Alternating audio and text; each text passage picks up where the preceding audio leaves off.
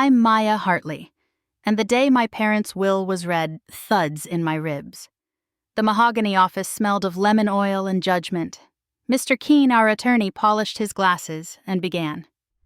The car crash had taken them both. What remained, he said, would be divided between my sister and me. To our beloved daughter Sophie, he read, we leave the investment portfolio, the Hartley mansion, and all liquid assets.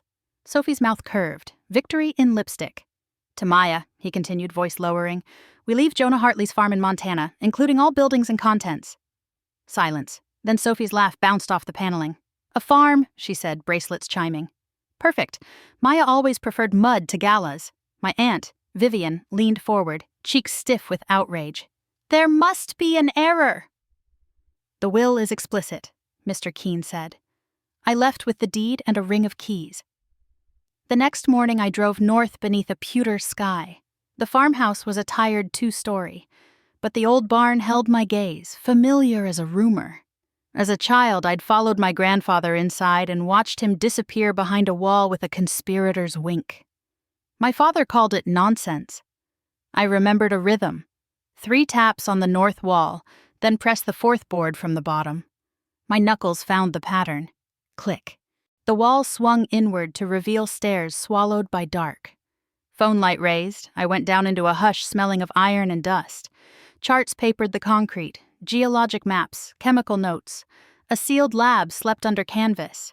In the corner, a safe waited. The combination was my birthday. Inside lay a leather journal and a small drive labeled in Granddad's neat hand, for Maya. Granddad's journal opened with a line that kicked the breath from me. This land sings with elements nobody hears. Page after page, he mapped veins of rare earth deposits and sketched a solvent-free extraction cycle refined in the barn's hidden lab. The drive held provisional patents, lab video, and a folder titled Activation. I locked the barn, brewed coffee in the drafty kitchen, and read till dawn. If Sophie learned of this, she'd turn my windfall into a spectacle. If Aunt Vivian learned, it would become a tribunal. I needed time, allies, and silence. By noon, I'd made 3 calls, to Priya Rao, a patent attorney, to Daniel Cho, a mining engineer, and to Keaton Wells, a discreet investment banker. Absolute confidentiality, I said to each. What I show you stays off record.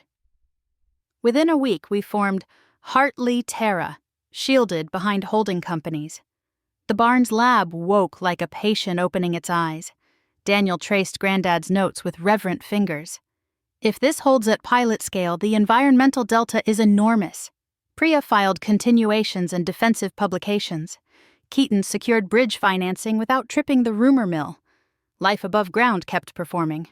Sophie staged a glossy tour of the mansion. I sent a thumbs up.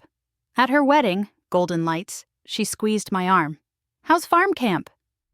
Educational, I said, tasting the word. The next morning we broke ground on a modest pilot pad behind the cottonwoods. Soil came up dark and promising. We tested cores, cross-checked assays, and watched the numbers rhyme with the journal. We quietly leased the adjacent parcel and calibrated scrubbers for the solvent-free loop.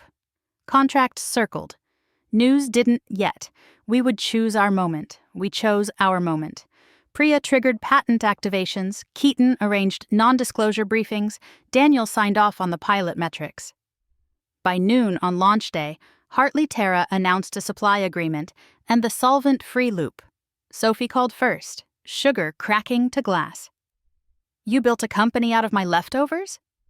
Aunt Vivian followed with a lawyer on speaker, claiming the patents were family property. I met them at the mansion's long table.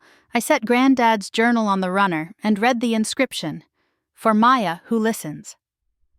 Priya slid forward the clause granting me the farms, structures, and contents, including intellectual property developed there.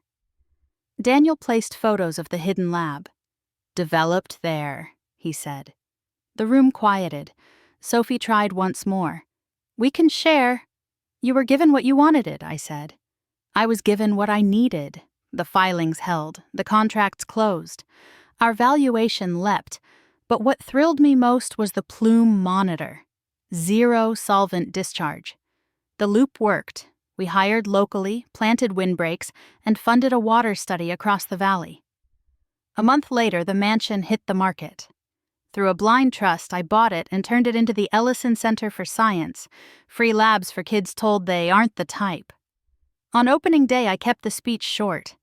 Value hides in places people laugh at, I said, tapping the lectern the way I still tap the barn's secret panel each morning. I keep Granddad's bench stool by my desk. The wood remembers his weight. The work remembers his faith in me.